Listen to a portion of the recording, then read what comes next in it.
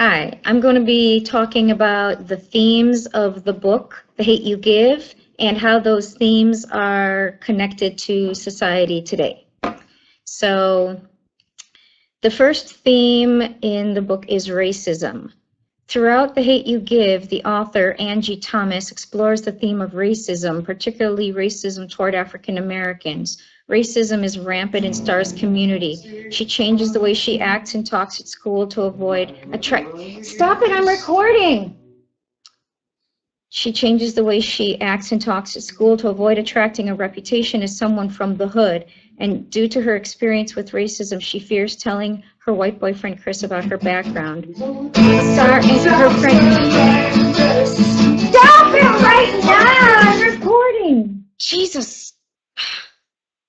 When Star and her friend Khalil are pulled over by the police. Mom! Tell him to stop! As I was saying, when Star and her friend Khalil are pulled over by the police, the officer shoots Khalil 3 times simply because he moved to check on Star after the officer told him to hold still. Khalil was unarmed, but the officer later claims to have mistaken Khalil's hairbrush for a weapon. This is not the only occurrence of racism in law enforcement. Near the end, Star laments that police officers and fire trucks always show up late to the scene of an accident of a crime, mostly in Black communities of Garden Heights. Another theme is injustice. Although Khalil did nothing wrong and had no weapon, he was shot and killed. Though the case is examined by both the police department and a grand jury, the officer who shot Khalil faces no charges and goes free. There was no justice for Khalil's family. Throughout the book, the reader is given facts and information about the justice system in the United States today, and we learn that justice is not blind. Brown and Black people are targeted more by the police, arrested more, and get harsher sentences and longer jail time than white people who do the same thing. The last theme is activism and speaking up. Star is the sole witness to Khalil's wrongful death, which places her in an important role for testifying about the events she witnesses. Star's decision to speak up is not an easy one, and her parents fear for her physical, mental, and emotional safety should she choose to testify. Star decides at multiple points in the story to speak out, such as when she initially gives her account of the shooting to police, when she agrees to give an anonymous television interview, and when she speaks to the crowd at the riot following the grand jury's verdict.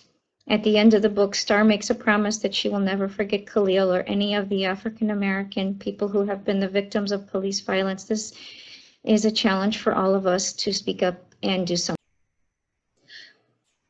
No, that is not the way to do a good presentation. Let me share my screen with you, and see what she did wrong.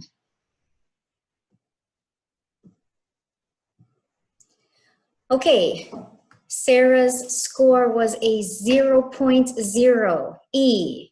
You might say, but Sarah spoke about her topic and she included many specific details. She used clear and correct and appropriate language and linguistic complexity. Her grammar was correct. She spoke loudly and clearly for over 3 minutes. Why did Sarah get a 0.0?